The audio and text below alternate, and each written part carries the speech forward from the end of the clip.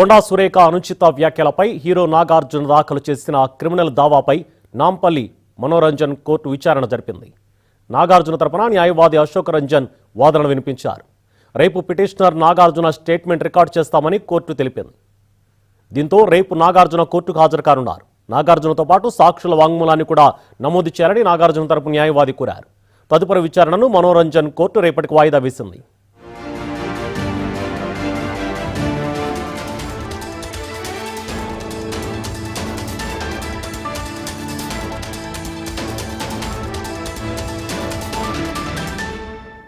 ఇది అంశానికి సంబంధించిన మరింత సమాచారం మా క్రైమ్ బ్యూరో చీఫ్ సునీల్ అందిస్తారు. సునీల్, నాగార్జున వేసినటువంటి క్రిమినల్ డిఫమేషన్ కేసు ఏదైతే ఉందో ఆ పిటిషన్ పైన ఈ రోజు ఫస్ట్ క్లాస్ మేజిస్ట్రేట్ కోర్టులో వాదనలు జరిగాయి. ఈ వాదనలో ప్రధానంగా పిటిషనర్ తరఫున మాత్రమే వాదన జరిగిన పరిస్థితి ఉంది. పిటిషనర్ తరఫున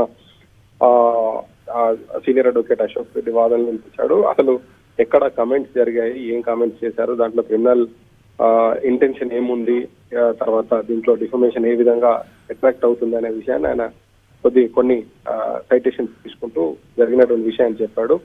కొండా సురేఖ ఉద్దేశపూర్వకంగానే అటు లబ్ధి కోసం, రాజకీయ లబ్ధి కావచ్చు, లేకుంటే ఇంకా వేరే ఇల్ ఇంటెన్షన్ తోనే కామెంట్స్ చేసింది. ఆ సందర్భంగా చేసింది. తన కుటుంబానికి పూర్తి స్థాయిలో డిఫేమ్ చేసే పరిస్థితి తీసుకొచ్చింది. తన కుటుంబానికి 70 సంవత్సరాల సినీ జీవితము, ఆయనకు పర్సనల్ గా 40 సంవత్సరాల సినీ జీవితము, 90కి పైగా సినిమాల్లో నటించాను, మిగిలిన విషయాలు అన్ని చాలా విషయాలు ఆయన పర్సనల్ ప్రొఫైల్ ని చెప్తూ, ఇంత ప్రొఫైల్ ఉన్న నేను ఎక్కడ మా పైన ఎలాంటి కేసులు లేవు, ఏం లేవు, అలాంటి సందర్భంలో ఉద్దేశపూర్వకంగా సంబంధం లేని విషయాలను కమెంట్ చేసి పర్సనల్ లైఫ్ ని డిఫైన్ చేసిన పరిస్థితి ఉంది. పర్సనల్ లైఫ్ లో ఇద్దరు మేజర్ల మధ్య జరిగినటువంటి డివోర్స్ ని ప్రస్తావించి కుటుంబ పరువును మజారుకి ఇచ్చే పరిస్థితి చేసింది. దీనివల్ల తనకున్నటువంటి వ్యాస్ట్ సొసైటీ ఏదైతే ఉందో, ఆయనకున్నటువంటి ఇమేజ్ ఏదైతే ఉందో, ఆయనకున్నటువంటి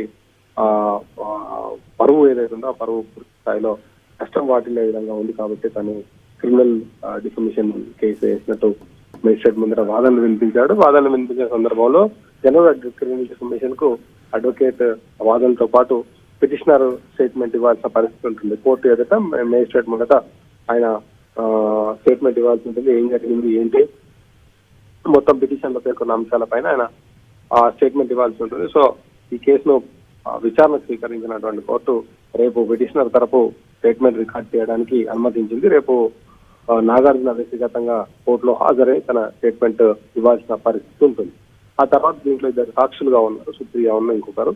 వాళ్ళిద్దరికి సంబంధించిన కూడా విట్నెస్లు కూడా ఒకటే రోజు స్టేట్మెంట్ ఇచ్చినట్టయితే అయిపోతుంది అనే రిక్వెస్ట్ పిటిషనర్ తరపు న్యాయవాది చేసిన పరిస్థితి. సో రేపైతే పిటిషనర్ ది ఈ స్టేట్మెంట్ రికార్డ్ చేస్తాం. తర్వాత అవకాశం ఉంటే, టైం ఉంటే ఇద్దరు విట్నెస్ లు కూడా స్టేట్మెంట్ రికార్డ్ చేసే అవకాశం ఏదో కనిపిస్తాం. స్టేట్మెంట్ రికార్డ్ అయిన తర్వాత ప్రతివాదులు ఎవరైతే ఉంటారో, అంటే ఇప్పుడు కొండా సురేఖ వాళ్ళు ప్రతివాదిగా చేశారు కాబట్టి ఆమెకు నోటీసులు జారీ అయితే, నోటీసులు జారీ అయినాక వాళ్ళు కూడా ఒక అడ్వకేట్ ను పెట్టుకొని వాళ్ళు కూడా డిఫమేషన్ ఫైట్ చేసే అవకాశం అయితే ఉంటుంది. ముందుగానైతే రేపు నాగార్జునకు సంబంధించినటువంటి స్టేట్మెంట్ అయితే రికార్డ్ చేసే అవకాశం ఉంది. వ్యక్తిగతంగా నాగార్జున రేపు కోర్టుకు హాజరు కావాల్సిన పరిస్థితి అయితే ఉంటుంది. Subhan, thank you Sunil.